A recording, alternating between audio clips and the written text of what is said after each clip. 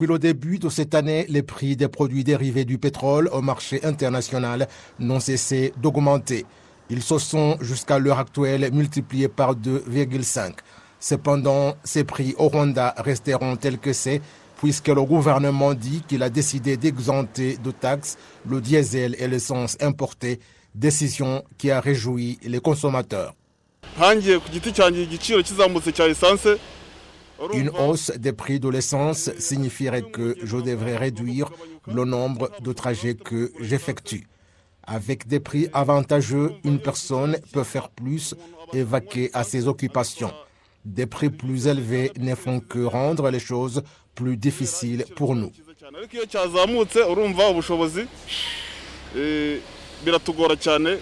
Le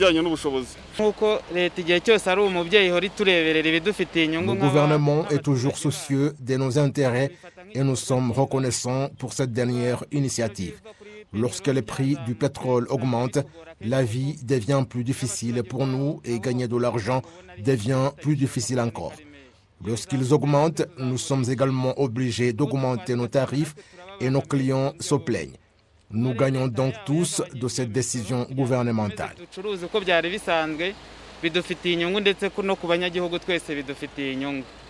Munguzi Theoneste préside l'association des 26 agences de transport en commun dont plus de 80% de cette activité lui appartient.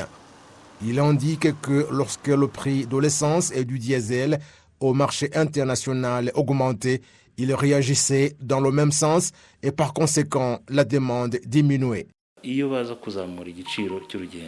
Si les tarifs de bus avaient augmenté, cela aurait été un problème pour nous car cela signifie que moins de personnes seraient disposées à voyager et que nos bus doivent continuer à circuler, ce qui signifie qu'un bus transportant 29 personnes, par exemple, devrait quitter le parking avec beaucoup moins de passagers, ce qui est une grave perte pour nous. Le gouvernement renonce à cet argent à cause des gens, mais nous, en tant que société de transport, gagnons également parce que nous aurions été touchés. L'Association des importateurs des produits pétroliers indique que l'exemption des taxes que le gouvernement décide leur permet de ne pas stopper leur importation.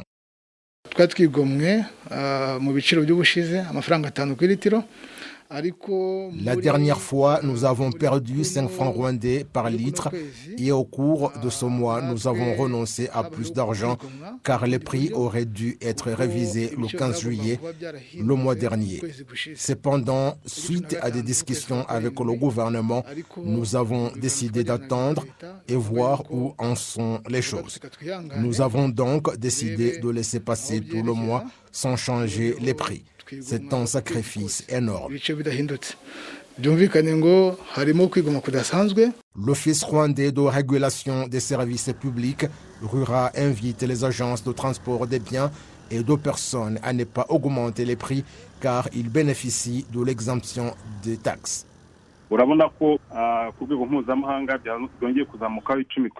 Vous voyez que les prix de l'essence ont augmenté de 10% au niveau mondial et de 16% pour le diesel. Ici, l'essence aurait dû augmenter de 8% et de 6% pour le diesel. Au cours des 2 prochains mois, le gouvernement perdra près de 8 milliards de francs rwandais, ce qui représente beaucoup d'argent. Entre mai et septembre, le gouvernement aura perdu près de 15 milliards. L'économiste Straton Habyarimana indique que cette exemption des taxes fait que l'augmentation intempestive des prix de marchandises n'affecte pas l'économie du pays. Lorsque les prix augmentent, la demande baisse. Lorsque cela se produit, la production des matières premières ralentit également, tout comme l'économie. Le gouvernement prend donc des mesures pour maintenir les prix stables afin d'éviter de telles répercussions à long terme. Lorsque le gouvernement intervient, il n'y a pas de répercussions ni sur le consommateur, ni sur l'économie en général. Au Rwanda, 45 millions de litres de diesel et d'essence sont chaque mois vendus. La taxe retenue sur chaque litre d'essence et de diesel importé est de 115 francs rwandais, mais actuellement, cette taxe est de 84 francs rwandais pour chaque litre d'essence et 67 francs pour chaque litre de diesel.